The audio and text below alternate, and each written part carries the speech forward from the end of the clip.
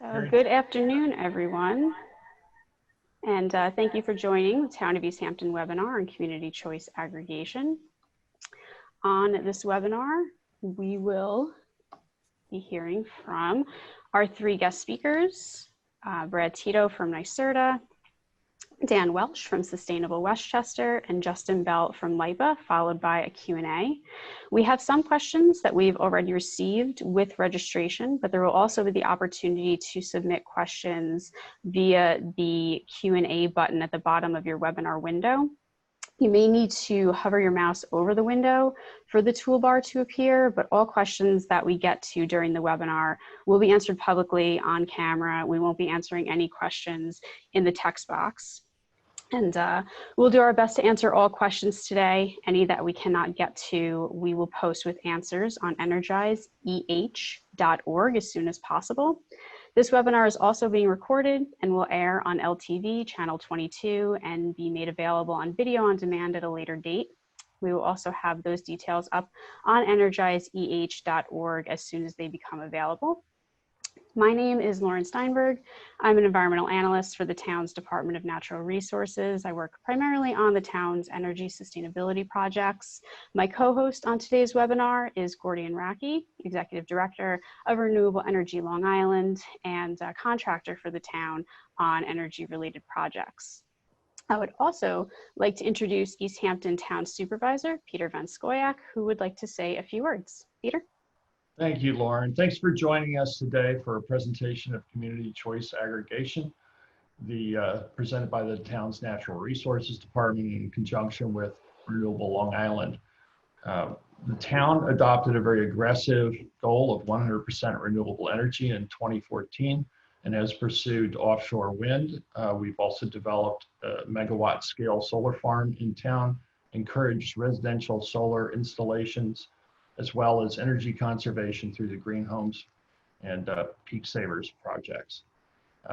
CCA is a way to help us further reduce fossil fuel usage and to promote renewable energy. So without any further ado, I'd like to turn it over back to Lauren to get on with the presentation. Thanks again for joining. Great, thank you so much, Peter. The town of East Hampton has a long history of promoting energy sustainability. As Peter mentioned, East Hampton is both state designated climate smart and clean energy community and was the first municipality in New York to adopt a goal to meet the equivalent of 100% annual community-wide energy consumption in the electricity, heating, and transportation sectors with renewable sources by 2030. The town's Energize East Hampton initiative is a resource for residents and local businesses to connect with programs that offer free home energy audits, energy efficiency initiatives, and discount pricing on solar panels. East Hampton is also home to the South Fork's first megawatt scale solar farm. And community choice aggregation is another tool that the town has been exploring to help us reach our progressive energy goals and to reduce our greenhouse gas emissions and provide additional benefits for the community. Community Choice Aggregation, or CCA, as you'll hear it referred to, is a program that allows local governments to procure electricity and or natural gas supply on behalf of their residents, businesses, and municipal accounts from a provider other than the utility's default provider. By aggregating demand, communities have the opportunity to choose to purchase a greener power supply and could potentially negotiate better rates for that supply.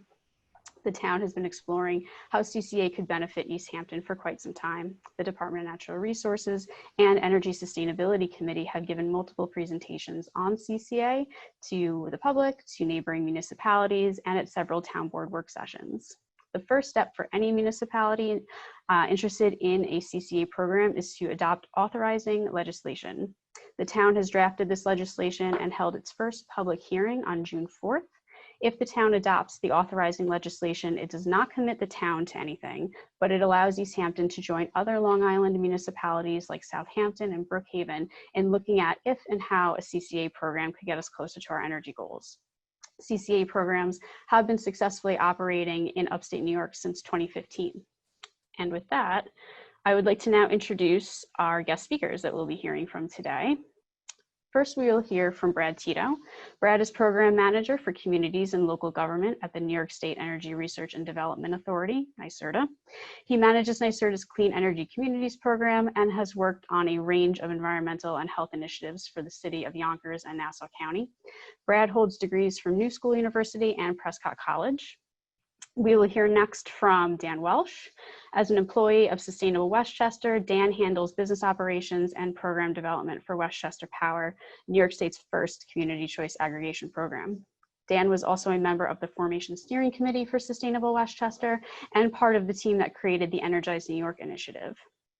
And finally, we will hear from Justin Bell. Justin is LIPA's Vice President of Public Policy and Regulatory Affairs. He joined LIPA in 2014 after practicing law and financial restructuring for a New York law firm. Justin holds degrees from NYU Stern, University of Michigan Law School, and the University of Pennsylvania. He also enjoys music, the outdoors, and is a recovering perfectionist. So let's get to our presentations. We're going to begin with Brad. Brad, you can get yourself ready and begin whenever you like. Okay, great. So again, my name is Brad Tito. I am Program Manager for Communities and Local Government at NYSERDA. Thank you, Supervisor and Lauren and Gordian, for having me here today. Next slide. So we have a very short period of time to almost completely transform how we use energy. This slide shows New York's nation-leading clean energy goals on a timeline. So under New York's Climate Act and under Governor Cuomo's leadership, we're working to produce 70% of the state's electricity from renewable sources by 2030, which if you think about it is really just around the corner. And I know local goals like here in East Hampton are even more aggressive. Well, CCAs can contribute directly to meeting these renewable energy goals. So CCA, what is it and what is its potential impact? Next slide. So CCA allows local elected officials to choose where the energy comes from for their community. So if a community wants renewable energy, CCA makes that possible. And it's a program to purchase power in bulk for virtually all homes and small businesses within the participating jurisdiction. Next slide. So with CCA, local governments join together.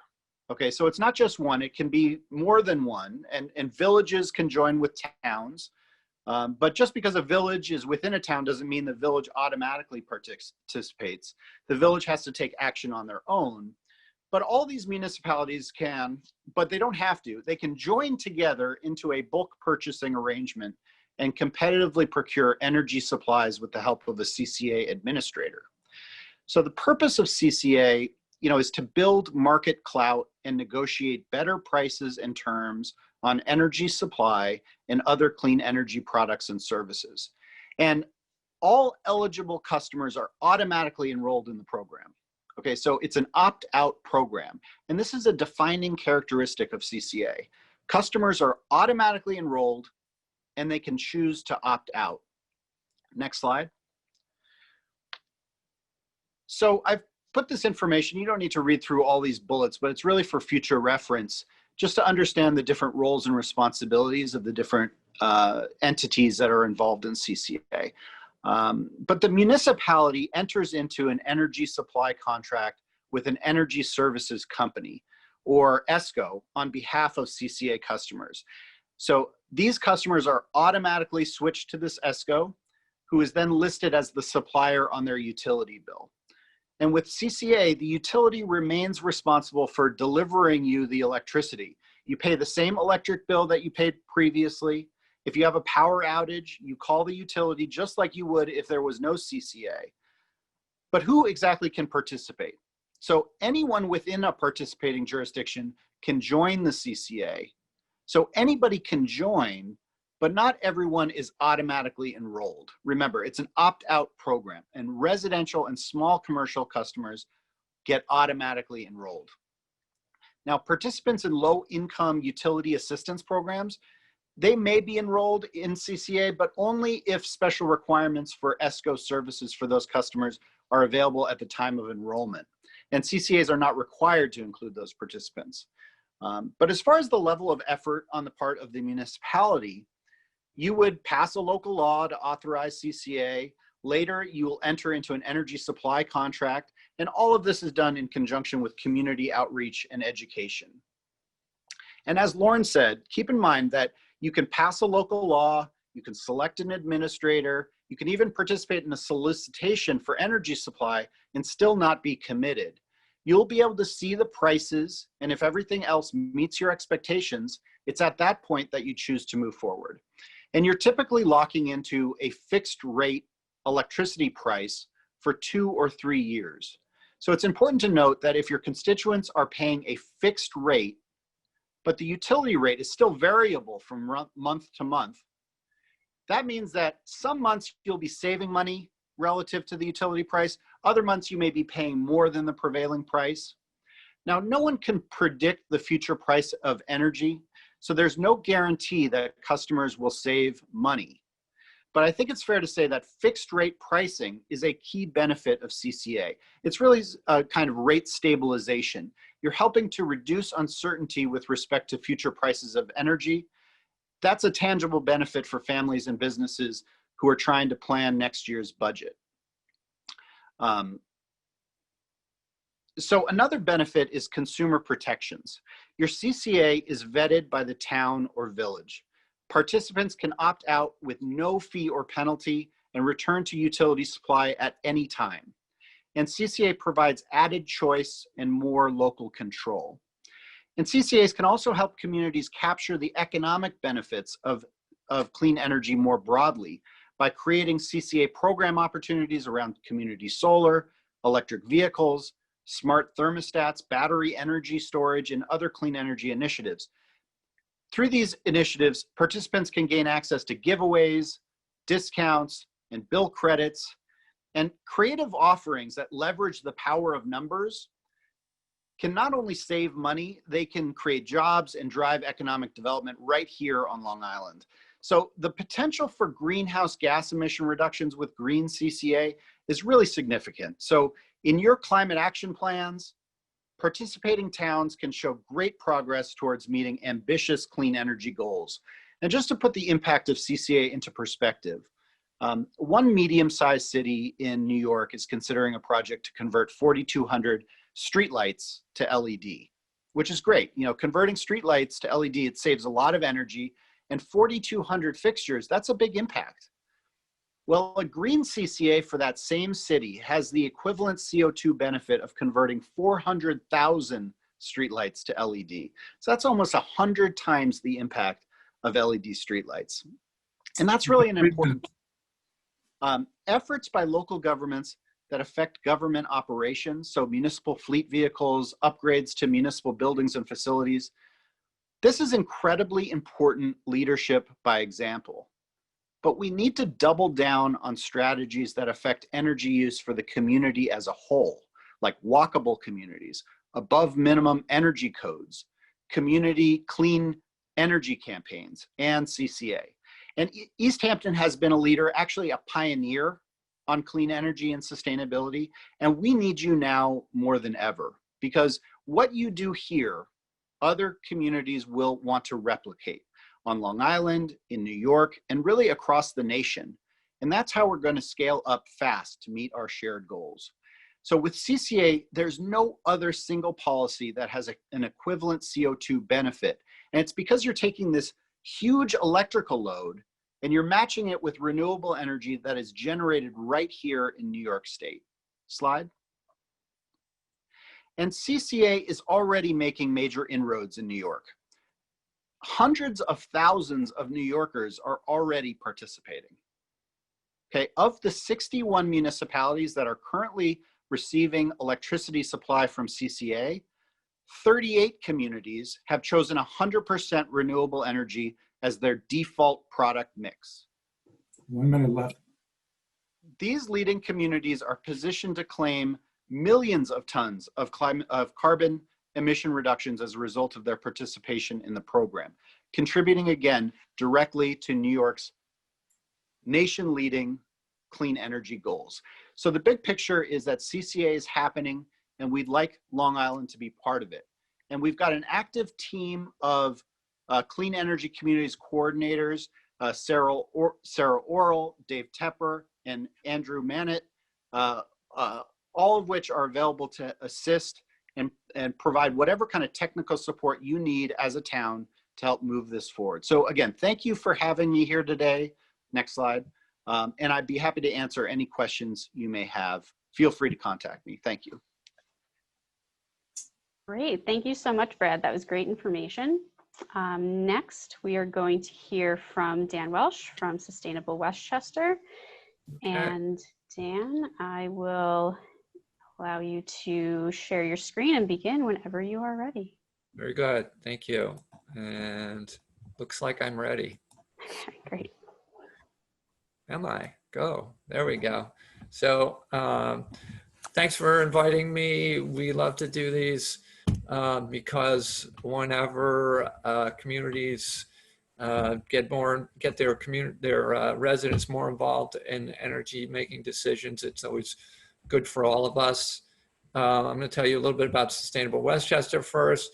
You guys have done a lot of amazing work, so this is not about us telling you what to do, but it's trading experiences. It's not your first rodeo. I'm going to tell you about our rodeo.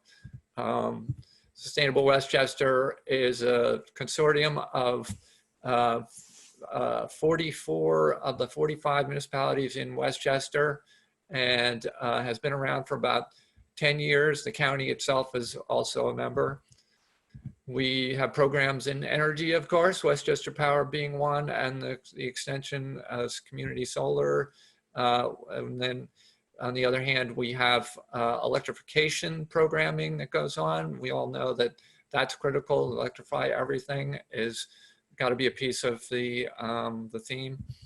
And of course, the other part of our footprint, the waste area, we have a lot going on in that area as well. As far as the Westchester Power Program, overall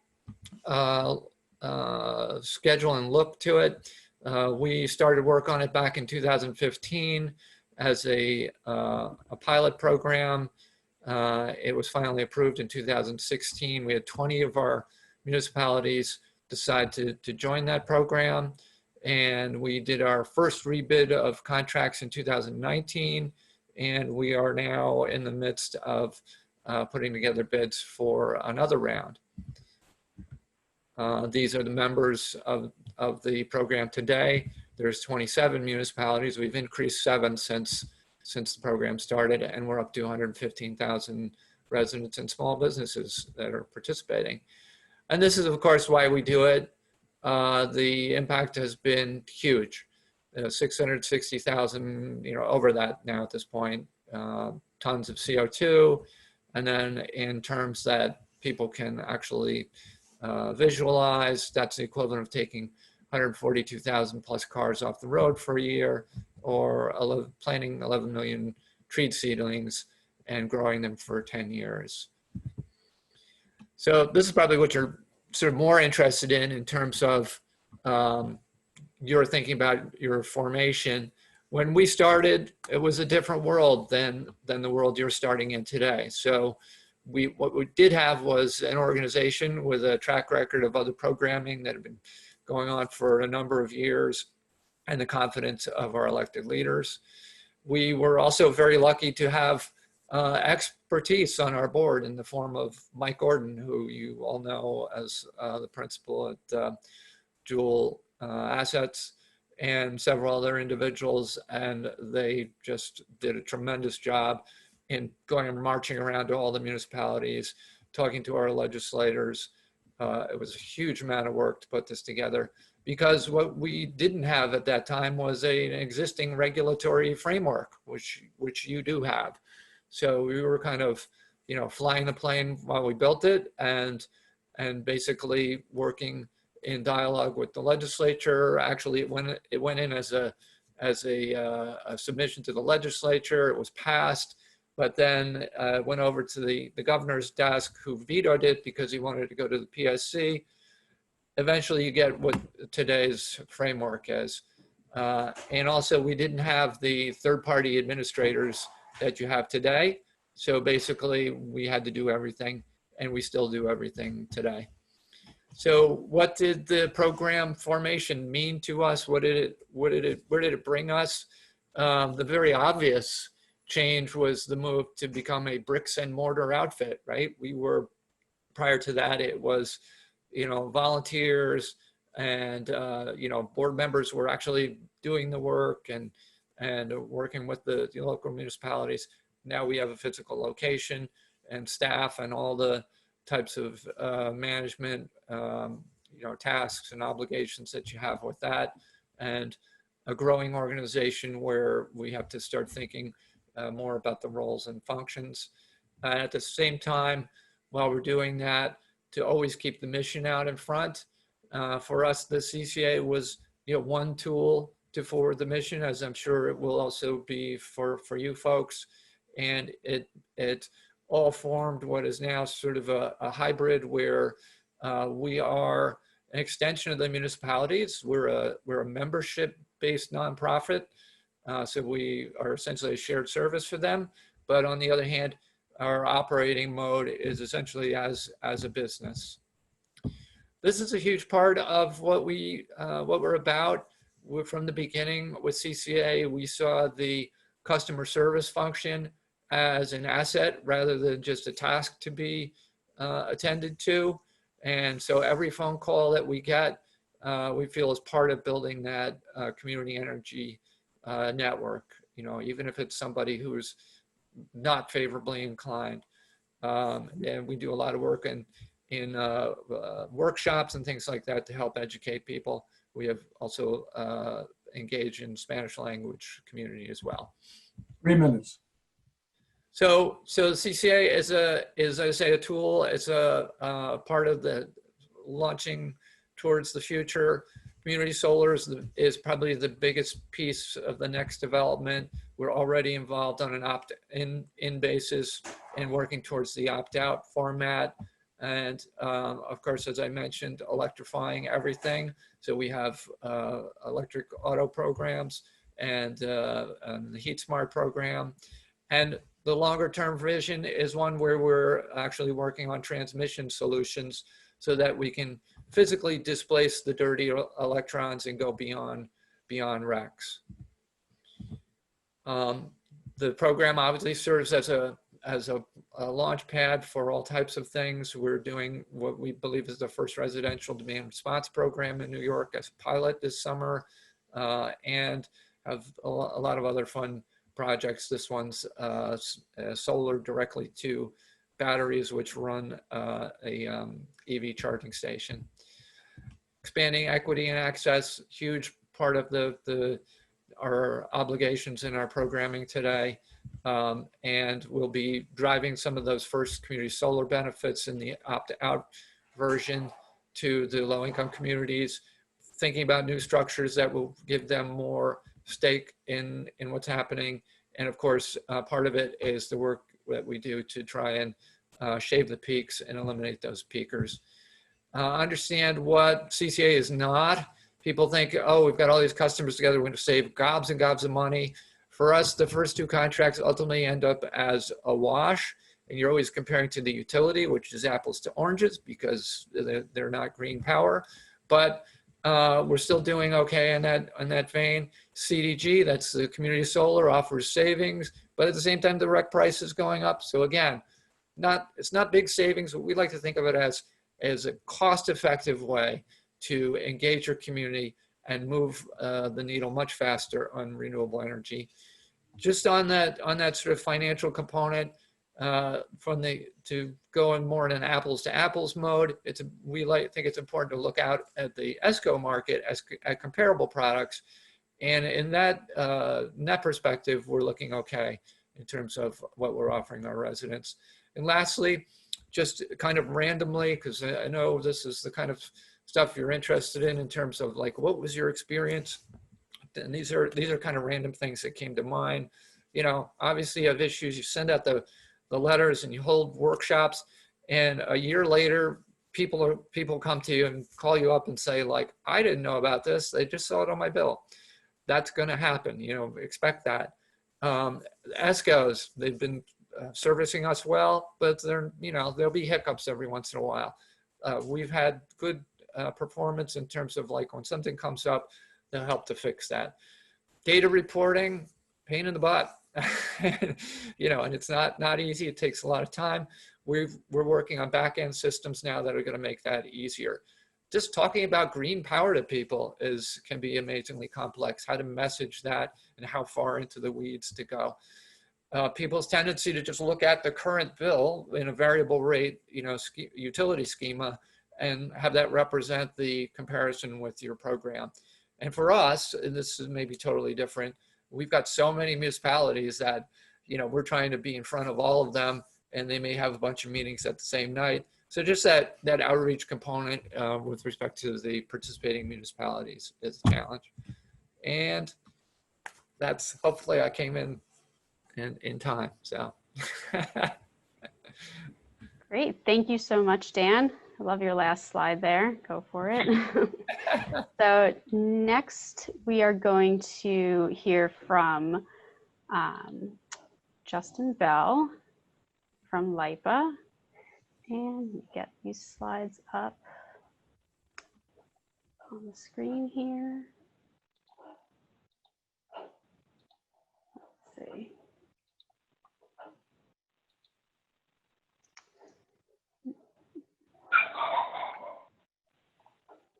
Here we go. Okay. All right, Justin, whenever you are ready. Great. Can you hear me okay, Lauren?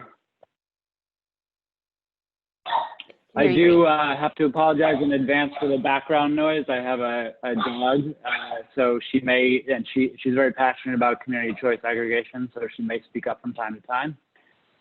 But all kidding aside, I'm Justin Bell from LIPA. I'm our Vice President of Public Policy and Regulatory Affairs. I'm very excited to be here with you all today to talk about community choice aggregation. Next slide, please. Great. So I'm going to cover briefly our clean energy goals for New York State. Brad already touched on them, so I'll focus on how they translate to Long Island. Then I will go over who are the key players in Long Island's electric industry and how does it all fit together? How does it differ from the rest of the state? And then finally get into the weeds a little bit on community choice aggregation in Long Island and how it will work for all of you. Next slide, please. Great. So Brad, as I mentioned, covered this nicely. I will just make a couple of brief points. One is that the big goal here that we're all focused on is the 100% carbon-free electricity by 2040. And then essentially the rest of the technology-specific and interim goals work back from that. And also not pictured here is the goal of New York State to make the entire economy of the state, including transportation, buildings, and industry, all carbon neutral by 2050. But the 2040 electric generation goal is really, really pivotal in that long-term economy-wide goal, because electrifying everything, as Dan talked about, is great, and it's always going to be a benefit in terms of greenhouse gas emissions, but you really don't get the extra mileage out of electrifying everything until you have a grid that is 100% clean. So we're really, really focused on that goal in particular. Next slide, please. So Long Island is doing really well in meeting our share of the state's goals. The top portion of this slide shows how those statewide goals translate to specific Long Island mandates. And then, of course, East Hampton it proudly has even more aggressive goals that we are happy to help do our part to make sure that you all meet those. The right half of the slide shows LIPA's clean energy related investments for 2020. It's a record-setting budget for clean energy, including a lot of utility renewable power, a big investment in energy efficiency, comparable incentives for rooftop solar to the rest of the state. And we have an even more robust rooftop solar market here. We're actually leading the state in terms of the number of projects and the megawatts. So that's something that Long Island should be very proud of. and then some additional investments in LED lighting efficiency. Next slide, please. So what does all this mean for greenhouse gas emissions? This slide shows Long Island's carbon footprint from electricity. Currently in 2019, we're a bit over 8 million tons of CO2 emitted. When we project out our pathway to meeting the state's 70 by 30 and 100 by 40 goals, you can see that we expect the emissions to drop roughly by half from today's level by 2030, and then of course to zero by 2040. And so why am I showing you this? I'm showing you this because one of the reasons that we might want you to join a CCA is if your town has ambitions to be even more aggressive in terms of the pace of the clean energy transition, that's something that a CCA could potentially help you with. Next slide, please. So now I'll turn to how do all of the players on Long Island work. You know, we often get questions: what is a LIPA? What is a PSEG? There's a lot of confusion, so I'd like to try to sort that out before we get into the weeds of the community choice aggregation. So next slide, please. So this may be familiar to some of you, but I'd like to make sure that everyone in the audience can follow along. So LIPA is a not-for-profit state authority. LIPA owns the electric grid, and we contract out to a service provider to provide all of the transmission distribution operations and customer-facing operations. That, of course, is PSE&G Long Island, and the benefit of this structure is that because LIPA is a nonprofit state authority, we have access to tax-exempt financing, for example, so we have a lower cost of capital than the rest of the state's utilities. We also, as a government entity, have access to FEMA grants, which helps a lot in storm recovery. So that's the reason for the current setup. We also have the Department of Public Service. Like the rest of the state, the Department of Public Service provides oversight of the utility. They investigate complaints, they review our rate plans, our customer rates, and all of that good stuff. Other players, of course, for purposes of today, very important is we have energy service companies, and newly added to LIPA's rules and regulations for Long Island, we also now allow community choice aggregation. And so the role, as Brad eloquently described, of ESCOs in community choice aggregation is to procure energy on behalf of a local town who elects to form a CCA. Next slide. Can we skip the next one? I see Gordian flagging me. So let's skip right to slide 9.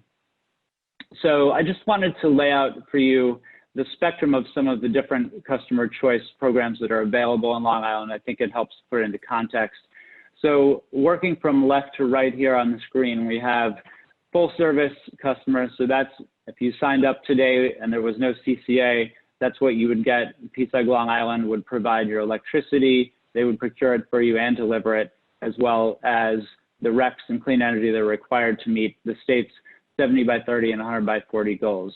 Then as you move further to the right, you see we have a few other programs that are available, including PSEG Long Island's Green Choice, which is a REC purchasing program, Long Island Choice, which is our retail choice program, and then finally, community choice aggregation. The big defining characteristic, as Brad mentioned, of this is the customer enrollment feature. The beauty of community choice aggregation, or CCA, is that once the town decides to form a CCA and approves the required law, then customers will be signed up for it automatically, with a few exceptions that Brad noted. And so this allows a big leverage in terms of if the town decides they want to set more aggressive clean energy goals than the rest of the state, it makes it possible to get community people involved, create clean energy advocates within the community, and all of that good stuff. Next slide, please. So I briefly touched on this, but the benefits for the town, of course, are that when your CCA is procuring your energy, you can really focus on what is important to you and your local constituents, whether that is trying to get the lowest cost or the right mix of renewable energy. And so that's a big benefit to customers. From the utilities point of view, we like CCA because we like when we have towns like East Hampton that are active and involved in the clean energy transformation. And so we like to leverage your local activism as much as possible to help with that. Next slide, please. So this slide is a little bit in the weeds, and we can come back to it if we need to during questions. But I just wanted to lay out for you here what are some of the sources of clean energy that are available. People refer to the tradable mechanism as a renewable energy certificate. That is essentially proof that proof of generation from a renewable source. The big distinction here is just between Tier 1 and Tier 2 RECs, but a CCA really has the option of procuring what you want. There's a minimum level that applies to all load-serving entities, including utilities, ESCOs, and CCAs, but above that, you really have the freedom to choose what is the right balance of cost and green for your town. Next slide, please. So finally, in closing, just want to talk about how is community choice aggregation on Long Island unique. Long Island is unique from the rest of the state, particularly from upstate and western New York, because a lot of the capacity here, a lot of the generation on the island is under long-term contract to LIPA. And there are historical and market-based reasons for that. When the New York ISO formed, the market price for capacity that applied statewide wasn't really enough to induce new entrants to want to build power plants in Long Island. It's expensive, it's isolated, it's difficult to import and export power here. So in order to ensure that there was enough capacity, the New York ISO created location-specific requirements that apply to Long Island. So unlike the rest of the state, in upstate or western New York, those utilities can just buy their capacity from the market and they don't have any location-specific requirement. Here, almost all of our capacity is required to be procured locally. So as a result, we have this location-specific capacity requirement, and so our capacity in Long Island Choice is provided by PSEG Long Island, and then only the energy and ancillary services are procured separately by the ESCO. And then finally, the last difference, although the good news is that this will be going away soon, is that there is currently no consolidated billing available here. Our billing system doesn't allow us to put the CCA or ESCO charges on the utility bill, but we are working on that. We're developing an estimate and a work plan to improve that and put consolidated billing in. So more to come on that. And now I think I will turn it back over to Lauren and Gordian. Thank you so much, Justin, and to the rest of our presenters. So now we're going to move towards the Q&A portion of our webinar. So I'm going to hand things over to Gordian, who will be moderating the Q&A. Thank you, Lauren, and thank you, all three of you, our CCA experts panel here. You've done an amazing job, I find. Very thoughtful presentations and informative. And we've got a lot of questions already queued up from people who submitted questions online and more questions coming in through the Q&A feature. We are not likely to get to all of them, but we'll jump right in and start, and we will post written answers to questions we didn't get to on the energizeeh.org website. So the most popular question we've seen here and elsewhere is, hey, what will the cost of power be if we go with CCA? Will it be lower than the current electric rate? How will this reduce my electric bill? You've already touched on that. I don't know, Brad, do you want to? Maybe I'll just add, as we started the program, we were in kind of maybe a traditional commodities market, right? It's going up and down, up and down, but the general trend was up. So you get your fixed contract, and eventually by the end of the contract, you know, you were doing okay. And that worked the first time. And we would in fact use the trailing utility average as our benchmark. You know, we're gonna beat that. In fact, that's, you know, when we went out for bids, that's what we used. Well, today, you know, it's 2020, so everything's off the table now, right? The utility rates have been really low. We couldn't do that this time, so we're kind of using other, you know, the market situation to triangulate to come up with our targets for the next bid. And again, historically, you know, we found you're not going to do like hugely well or badly ultimately, because everybody's buying into a similar market. That's Right. my sense, you know. Great, thank you. Brad, do you want to chime in? Just that communities can look back 12 months, 24 months, 36 months, 5 years, 10 years, looking at the trend of how much you paid for power. And you can kind of establish a range of what you think is a kind of an acceptable range. Once you get into this, you know, you'll notice that we're at historically low prices. And I remember a time in Nassau County when I worked there in 2004, 2005, the price was going up at like a 6% per year increase, right? So if that were to occur again, you know, you'd be pretty smart to lock into a fixed rate price. Now, if the utility price continued to drop, but you were stuck in a fixed rate price, then it wouldn't be so great. But, you know, the bottom line is that you kind of pick what you think is an acceptable range, and you can identify what that range is in advance. And then if the bids come back within that range, then you can feel good about moving forward. So that's kind of an approach that you might think about it. But if you're locking in prices at the bottom of the market, that's pretty smart. A lot of times when people want to lock into a third-party supplier, it's because they just blew through their energy budget and it's extremely expensive. And they're thinking, well, I can't let this happen again, so let me lock into a fixed rate price. But they're doing that at the very top of the market, right at the worst time to do that. So now that we're at the low part of the market, I mean, that might not be such a bad time to lock in a fixed rate price.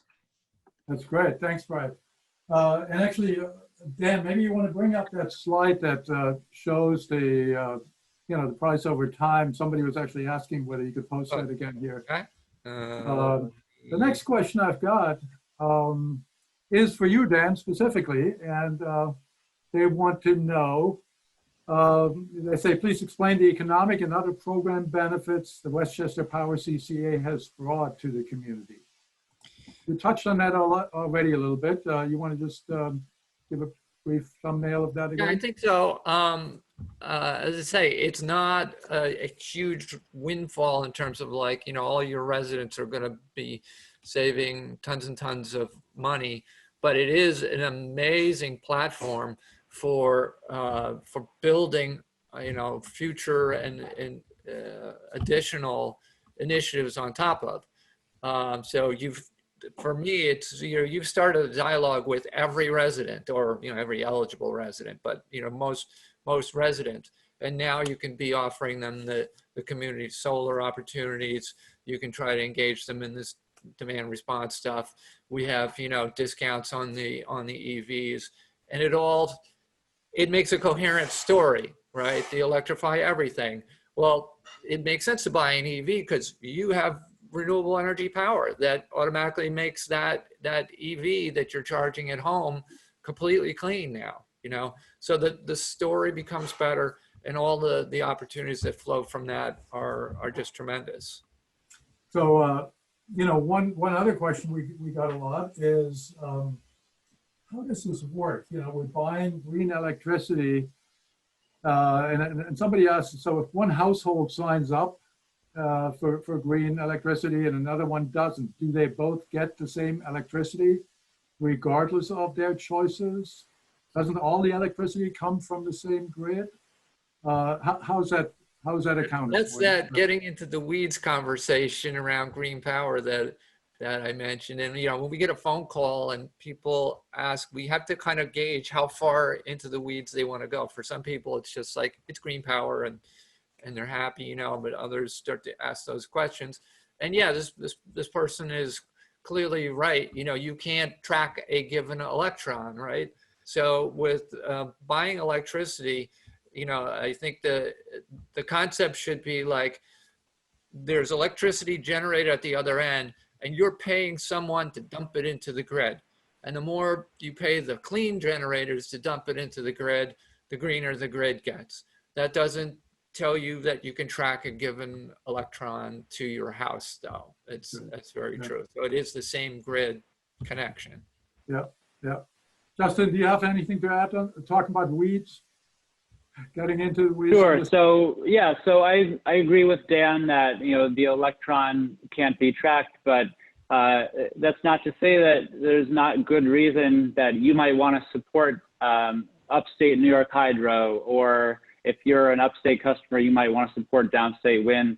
And the CCA could decide, you know, we want to procure local, and so they could do a bilateral contract for, you know, a new solar farm. You know, there's a lot of flexibility there. So yes, buying renewable energy certificates from around the state is the most cost effective, but there are other options if you wanted it to be more local.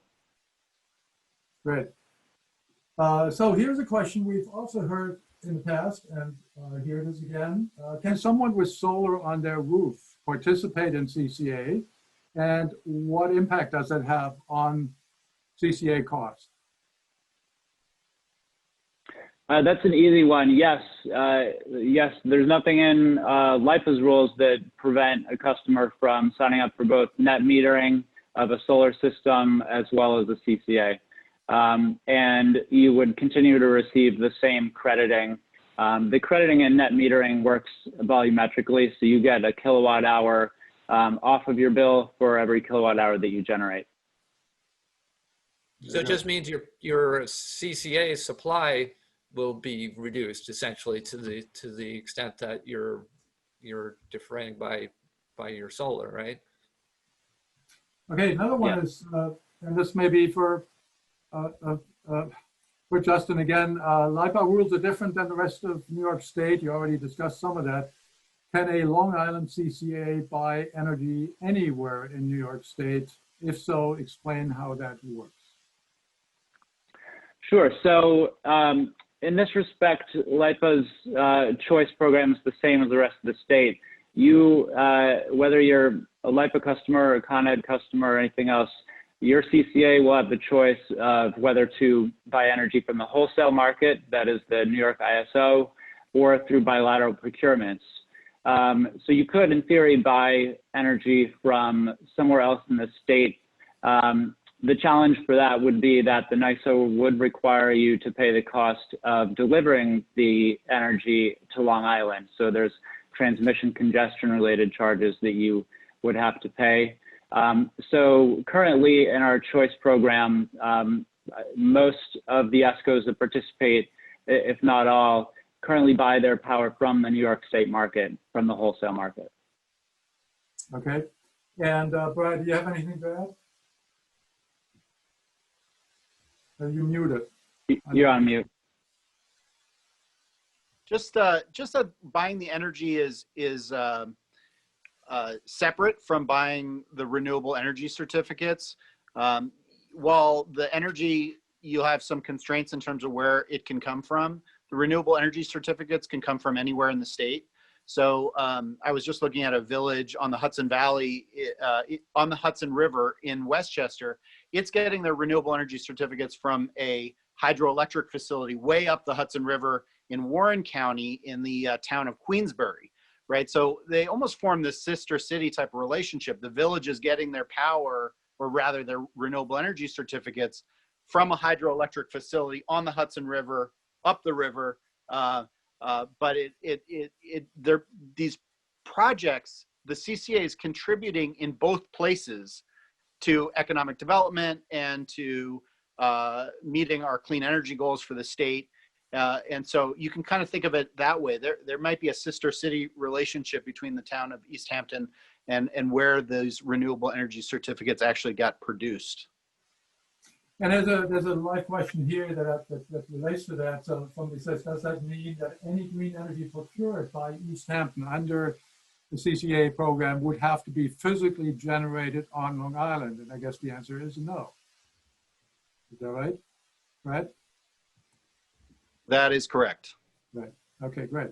All right, we've got tons of questions. I'm going to go quickly here, as quickly as I can. Here's a long and very good question. This is, I assume, for Justin. The Long Island Choice Tariff requires ESCOs to pay LIPA a fee equivalent to the difference between their price to ratepayers and the equivalent PSEG price for a monthly power supply.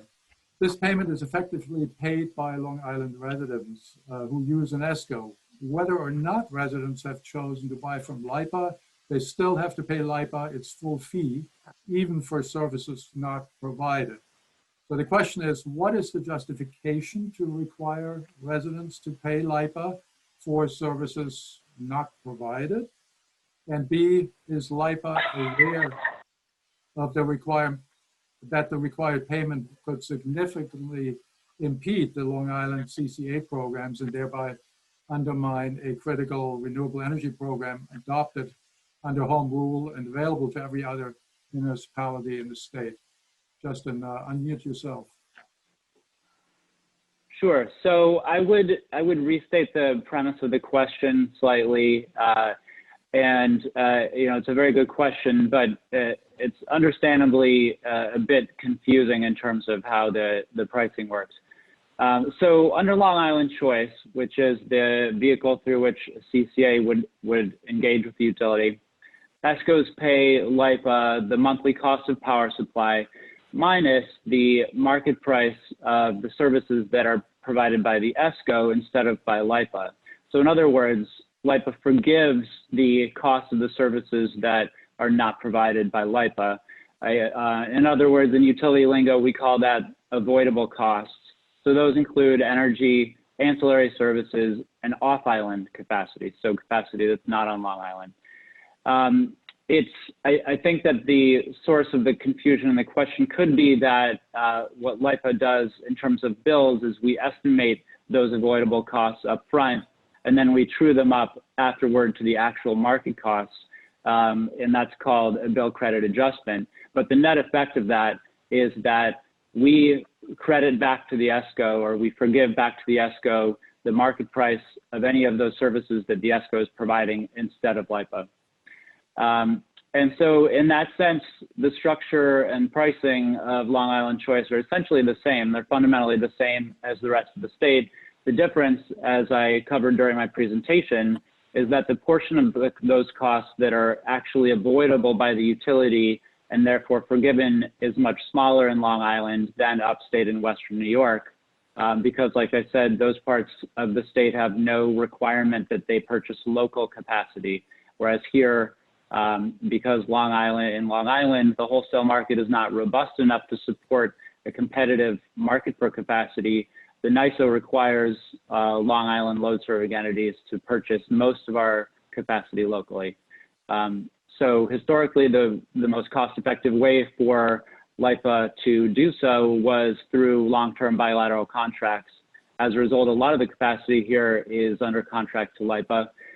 That's not to say that new merchant generators could not start here, and we'd love to see that. It just hasn't been the case historically. Okay, great. I'm keeping an eye on the clock here. We've got 4 minutes left and dozens of questions, I think. So, and we want to leave a little time for for our panelists' closing statements. One quick question, maybe for Brad, is just because offshore wind is a big topic here and elsewhere, someone is asking, could future offshore wind electricity be contracted out to an ESCO and then provide that power to the participating CCA municipality? Yeah, so I think it depends on the agreements that those offshore wind farms enter into. But to me, it doesn't. It seems very viable that at some point in the future there would be some additional capacity available as a sort of merchant generation that CCAs could potentially contract for. But that's kind of far into the future. I'm not really sure, but let's hope so. Okay, great. All right, we will go to your closing statements now. In no particular order, I'm going to start with Dan. You've run a CCA. What are your final thoughts for us today? I think I go back to one of my key points is that this was CCA is a great tool that you guys know very well where you want to go, and it's about how to use that tool to get there.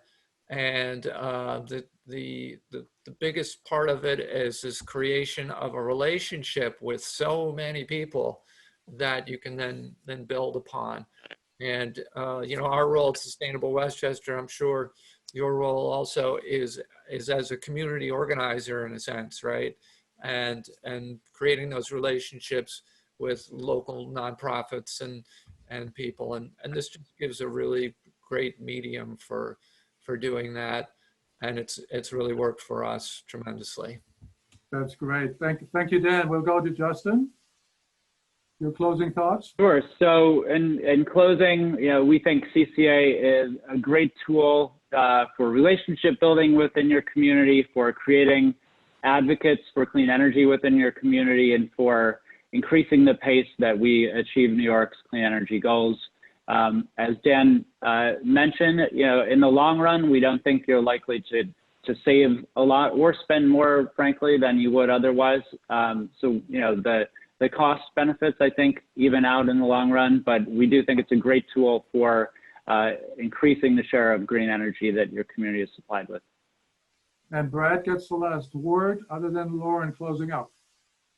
Sure. So, you know, we've talked for a long time about aggressive climate goals, and, you know, not just for government operations, but for the community as a whole. Unlike before, you know, now we do have policy tools to actually achieve these community-wide goals. So that's why CCA is really exciting to me. But just, you know, in closing, CCA is a journey we take together, right? We rely on each other. And so whether it's Dan in Westchester or me at NYSERDA or the other communities that have done CCA in the state, you know, let's learn from each other and take the next steps together. So thank you very much. Thanks, Brad. That was great. And Lauren, turning it over back to you. Great. So thank you again to all of our speakers, and thank you for all of our attendees joining us this afternoon, and for all of your insightful questions. Really great questions. Any that we didn't get to, as Gordian mentioned, we will get those answers up on energizeeh.org as soon as possible. We hope that you enjoyed learning about CCA from our guest speakers this afternoon. There is one more question that came in that I want to address. It is, how soon can the town adopt legislation and get this ball rolling? As I mentioned, the East Hampton Town Board held its first public hearing on the authorizing legislation that would allow the town to look into how CCA could serve this community. The transcript from that first hearing is up on the Town of East Hampton website, and the town board is planning to hold a second public hearing in the near future prior to voting on the legislation. So please check the town website or energizeeh.org, or follow Energize East Hampton on social media for that information and any further updates on CCA. So I think our time together is up. Thank you all again so much, and have a great rest of your afternoon.